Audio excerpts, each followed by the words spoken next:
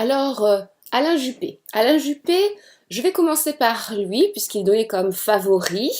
Il a 71 ans, il est sous le signe du lion, donc c'est un signe qui est extrêmement solaire, c'est un signe qui a souvent été d'ailleurs euh, présent chez les chefs de gouvernement, les chefs d'État. Et donc, il bénéficie effectivement d'une aura de succès, de chance. Il est vraiment emporté, mené et conduit par des aides ésotériques et astrales. Alors pour preuve, il est donné comme le pape. Alors à la fois dans le tarot, à la fois dans la Kabbale, parce que le pape c'est la sphère numéro 5 aussi, donc c'est Tiferet. Tiferet dans la Kabbale c'est une sphère qui est christique. C'est exactement, on va dire, l'essence qu'avait Jésus-Christ. C'est l'essence de Gaulle, c'est l'essence donc de celui qui est le conciliateur, celui qui unifie les paradoxes, les contradictions, c'est celui qui arrive à concilier les clivages, c'est celui qui arrive à marier, à faire fusionner des idées contraires et à faire retrouver un équilibre. Donc effectivement, la première figure qui s'avère être la plus stable émotionnellement, psychiquement, donc en connexion aussi avec le psychisme de la France, celui qui s'avère être le plus en gestion à la fois émotionnelle et dans la maîtrise du pouvoir et son expérience, c'est effectivement ésotériquement Alain Juppé. Alors Alain Juppé il bénéficie d'une vibration par rapport à sa numérologie qui est sous la lettre U, une lettre qui là aussi comme le pape crée un pont qui correspond au chiffre 5 aussi. Et donc, effectivement, il y a beaucoup d'intuition, de clairvoyance, une intuition éclatante, du succès, la chance. On est vraiment dans un caractère d'homme qui prend les rênes du pouvoir, qui est capable justement de choisir aussi de recruter les bonnes personnes pour pouvoir en tout cas fédérer ses équipes et redonner de la dimension, redonner du souffle, puisqu'on est dans ça sur le chiffre 5 et sur Tiferet dans la Kabbale aussi. Et donc, vraiment, il y a cet aspect de conciliation et d'unification, de fédération d'espoir et de bonheur qui est promis par rapport donc à Alain Juppé au niveau de la Kabbale et de la numérologie. Alors, il est en chemin de vie 6. Ça veut dire quoi? Ça veut dire que c'est quelqu'un qui va essayer d'apporter de l'épanouissement, qui va réussir en tout cas à le donner.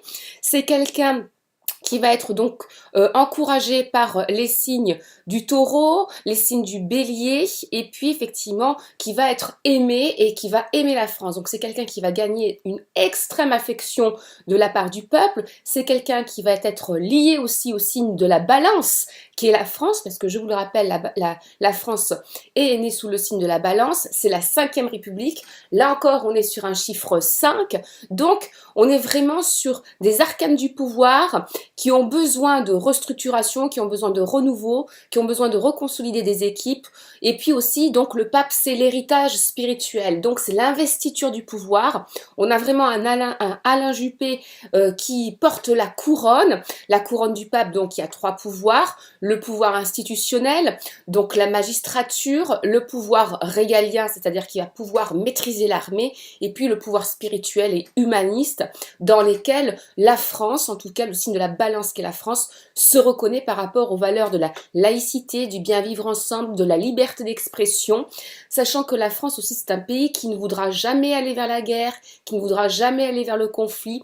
Donc avec Alain Juppé, on est plutôt effectivement dans quelque chose qui n'est pas suspendu, qui va être évolutif, et qui amorce effectivement une lancée, qui réussit à donner un centre, qui réussit à donner un cœur à la France et qui épouse ce cœur-là, parce que par rapport effectivement dès le mois de novembre, par rapport à ses défis de vie, à sa mission de vie, il est dans ce qu'on appelle le hands-off, c'est-à-dire qu'en fait, il épouse le grand tout, il réintègre le grand tout, c'est quelqu'un qui épouse sa mission de vie, et c'est quelqu'un donc qui est véritablement destiné donc à être porté, à être encensé. L'investiture du pouvoir aussi se fait par rapport à un autre événement, la mort de Chirac. Alors pour l'instant, les prévisions, il y a quelque chose qui est prévu jusqu'à la fin du mois de novembre, donc vers le 27-28 novembre. voire jusqu'à la fin de l'année, mais il peut y avoir des surprises pendant ou après les seconds tours des présidentielles, une forme d'investiture comme ça sur un fils spirituel. Donc on est vraiment en terre chiracienne et vous allez voir que justement par rapport à ça, il va y avoir beaucoup de surprises. Alors autre chose, c'est quelqu'un qui a un caractère chiffré numéro 3. Ça veut dire quoi chiffré numéro 3?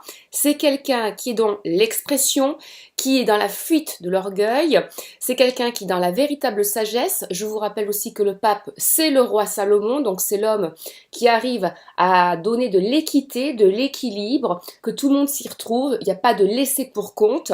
Donc c'est pas quelqu'un qui va aller dans la division, c'est quelqu'un qui va mettre tout le monde d'accord. C'est surtout ça qui ressort. Là aussi, on est dans des valeurs de mariage, d'entente, de famille, de protection de la famille, et puis de diplomatie aussi avec les gouvernements extérieurs. C'est quelqu'un qui peut éviter l'effondrement économique, qui peut cultiver une souplesse, et puis justement qui va bénéficier d'un capital sympathie par rapport à la jeunesse. Donc voilà, on est vraiment sur une figure qui n'est pas paternaliste en soi, mais qui est papal, c'est-à-dire qui a le sens du sacré, le sacré qui a été donné dans la Ve République par rapport justement à la constitution de la Ve République. Donc on ne sera pas dans un conservatisme, un hyper-conservatisme, on sera dans une transformation, une mutation de la Ve République vers peut-être une sixième. En tout cas, ce vers quoi Alain Juppé va se tourner, c'est véritablement le souci qu'il n'y ait pas d'abus de pouvoir. C'est ce sur quoi il va travailler, c'est-à-dire que il va remettre en exergue dans l'exercice de son pouvoir, alors à la fois des ordonnances, mais là où il va vraiment agir, c'est sur le fait de verrouiller la possibilité pour un président d'abuser du pouvoir, c'est-à-dire de prendre les pleins pouvoirs, de mettre l'État sous état d'urgence ou sous la loi martiale. Donc vraiment ça va être un caractère extrêmement important et qui astralement favorise énormément, et cabalistiquement aussi, favorise énormément Alain Juppé pour préserver le cœur, pour préserver des valeurs humanistes, pour préserver les hommes, l'humanité et le peuple français de la tyrannie, de la dictature et de l'oppression. Donc on n'est pas dans un pouvoir qui est extrêmement dominateur, on n'est pas sur une personnalité qui est cassante, on est sur quelqu'un qui est dans le désir de gérer, de maîtriser, de créer de la cohésion, de fédérer les hommes, de trouver de l'harmonie entre eux. On n'est pas sur quelqu'un qui va dominer dans le sens d'écraser. C'est quelqu'un qui va être apte aussi par rapport effectivement à son année personnelle qui pour l'instant est en 5 et va être amenée en 6 pour l'année prochaine. Donc on est dans des super chiffres en fait qui vont permettre justement à Alain Juppé de pouvoir maîtriser l'exercice du pouvoir, de choisir les bons équipiers. Donc on est vraiment sur la baraka. En plus, ce qui est dit aussi en termes de numérologie, c'est qu'il bénéficie effectivement de 5 ans de rayonnement, 5 ans de déblocage pour la France. Il y a vraiment l'exercice de la dévotion, de l'abnégation. C'est quelqu'un qui sera extrêmement engagé et qui tiendra ses promesses. Voilà, donc on est véritablement sur ça, sur la notion de déblocage dans les émanations et d'évolution. Donc on est sur un quinquennat et puis effectivement, on a une période de rayonnement de sa personnalité et de ses aptitudes de 68 à 77 ans. Après, c'est quelqu'un qui ne se représentera plus jamais dans des élections présidentielles et pour cause, parce qu'après, effectivement, il bénéficie d'une sorte d'épuisement, de fatigue. Donc là, c'est vraiment 5 ans, c'est 5 ans uniquement, donc c'est extrêmement intéressant. Alors après, qu'est-ce que j'ai d'autre aussi à vous dire par rapport à Alain Juppé? C'est quelqu'un qui risque effectivement, s'il est élu, de choisir donc comme porte-parole, en tout cas, ou comme Premier ministre, à Bruno Le Maire. Donc on est sur effectivement une alliance avec Bruno Le Maire qui est un taureau, qui est en chiffre de vie numéro 8. Donc c'est quelqu'un qui a une personnalité extrêmement pugnace, beaucoup plus forte, beaucoup plus intellectuelle, beaucoup plus pragmatique, jusque dans l'action, avec un sens de l'honneur et de la justice, et qui sera beaucoup plus productif que Nathalie Kosciusko-Morizet et Alain Copé. Donc vraiment Bruno Le Maire est aussi promis à une excellente carrière, une excellente progression. Il va se démarquer par rapport effectivement aux primaires dès le premier tour pour le 20 novembre, mais après pour le second tour nous l'aurons pas. Pour le second tour, ce qui va se passer, c'est qu'on risque de se retrouver effectivement avec Alain Juppé, François Fillon hypothétiquement, et puis Nicolas Sarkozy. Mais pour le premier tour, véritablement, la tête qui sera émergente et qui fera partie aussi de la gouvernance de 2017, parce que je vous le dis tout de suite, ce sera à droite, ça sera vraiment Bruno Le Maire. Alors Bruno Le Maire, Je vous en parlerai un petit peu plus tard dans un autre module sur cette personne-là. Donc, on est sur ça.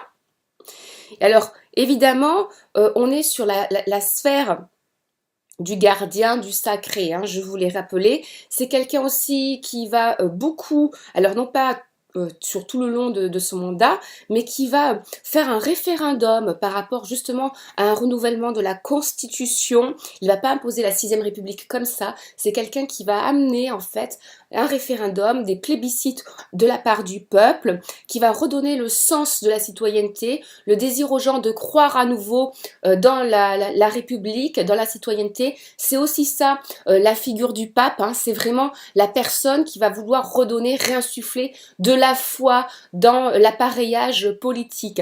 Donc on est vraiment sur cette figure-là pour Alain Juppé. On parle d'entente entre tous les hommes, de mettre les hommes d'accord, de respect, personnalité qui sera respectée. Ce sera quelqu'un qui n'abusera pas justement des interventions dans les magazines. Il a tout à fait horreur de ça. Il a une aversion totale pour l'orgueil et pour la mise en scène. Donc vraiment, on sera sur un président, s'il est élu, qui justement va apaiser les tensions sur les conflits religieux, les communautarismes, les sectarismes, tout ce qui justement jusqu'à maintenant a divisé, a tranché la France et coupé la France en deux. Donc vraiment il y a la constitution, on me parle d'église, de temple, on me parle de ça, hein, vraiment. Donc c'est le fils spirituel de Jacques Chirac.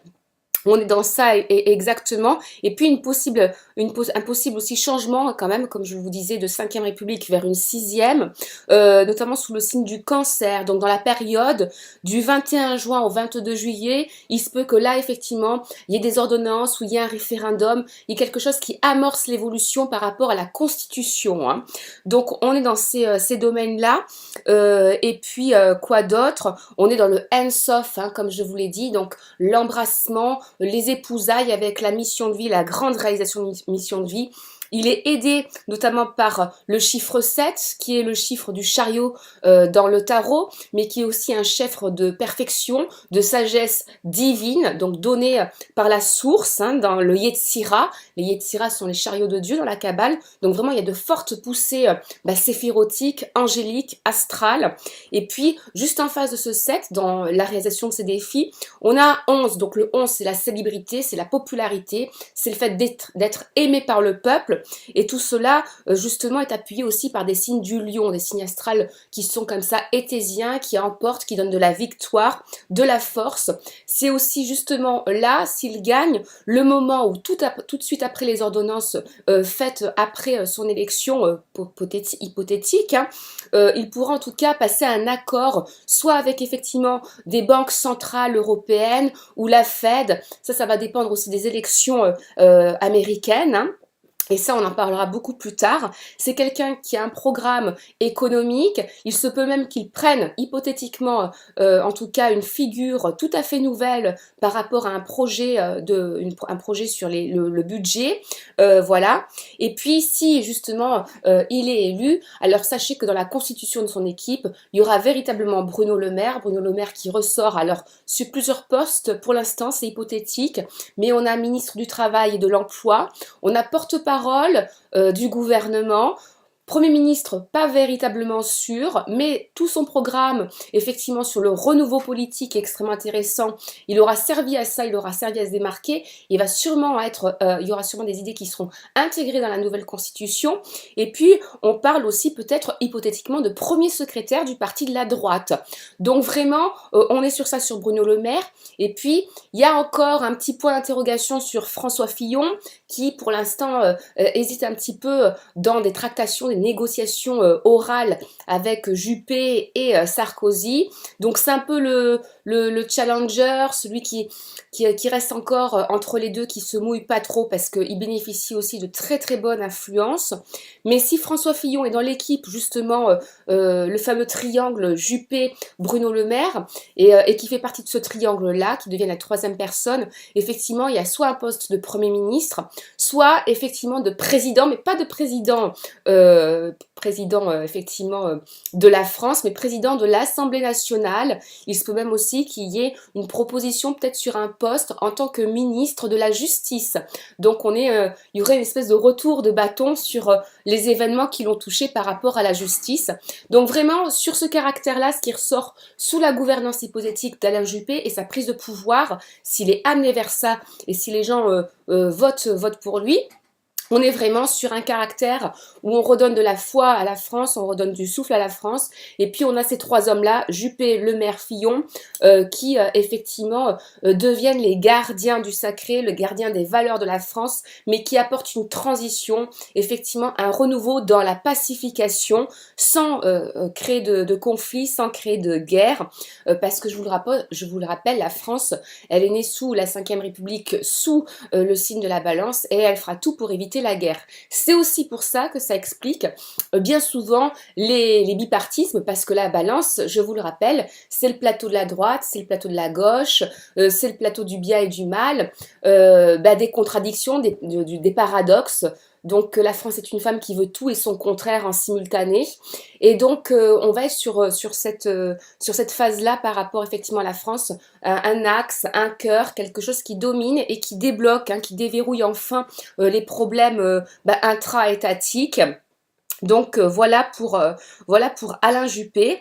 Il y aura sûrement effectivement donc tout de suite des négociations avec, comme je vous l'ai dit, des banques européennes pour pouvoir redresser l'économie du pays et éviter à la France de connaître une crise comme l'a connue l'Espagne et la Grèce.